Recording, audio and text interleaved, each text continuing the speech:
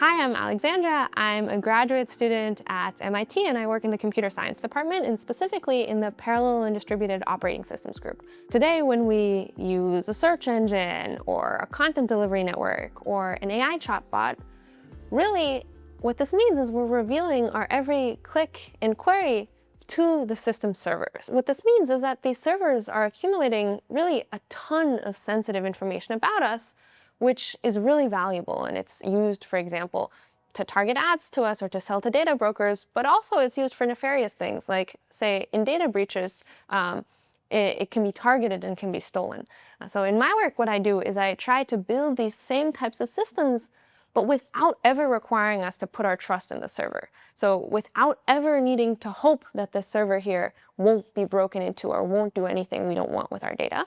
And the way this works is actually using math, so using cryptography. We can, say, encrypt our data before sending it to the server, and now have the server perform the exact same functionality it would have originally done, but on this encrypted data.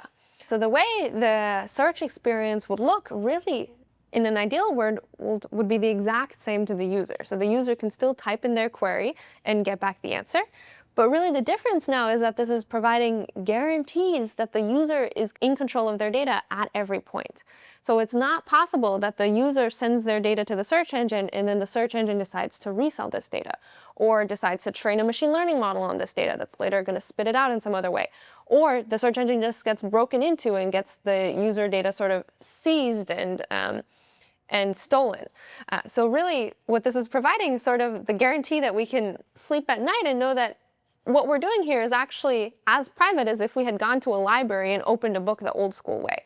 So really, it's not possible for our data to be used against us in any of these scenarios. As we move to a future where we're just collecting more and more data, we're generating more and more data, and really we're outsourcing virtually all of its processing. So we're outsourcing all of our questions, right, to these LLMs, to these chatbots, to these search engines and more.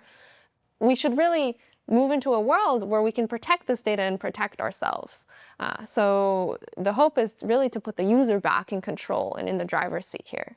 Really the most exciting time to be working in sort of computer security and privacy because we're collecting all of this data. We've never collected the volumes of data that we have. We've never asked sort of search engines and AI models the questions that we're asking today and gotten back good answers. So we're just sort of incentivized to be asking more and more fine-grained questions, revealing more and more about ourselves. And so really, I think it's imperative that we move into a world where we're protecting these data because otherwise there's just too many things that can go wrong. So I think in that sense, just seeing where the world is going, this is a very fun thing to be working on. And also, I think the day-to-day of working on this sort of research is very rewarding because really what it entails is both sort of changing the cryptography, which is very mathy work that involves, say, proofs and encryption schemes and so on. But also it entails changing the systems, which means we actually get to build things and reason about what's fast, what can scale, how we would deploy this, and build demos and show how this would work in the real world. So it's a really sort of satisfying mix of all of these different sort of things that computer scientists get to do.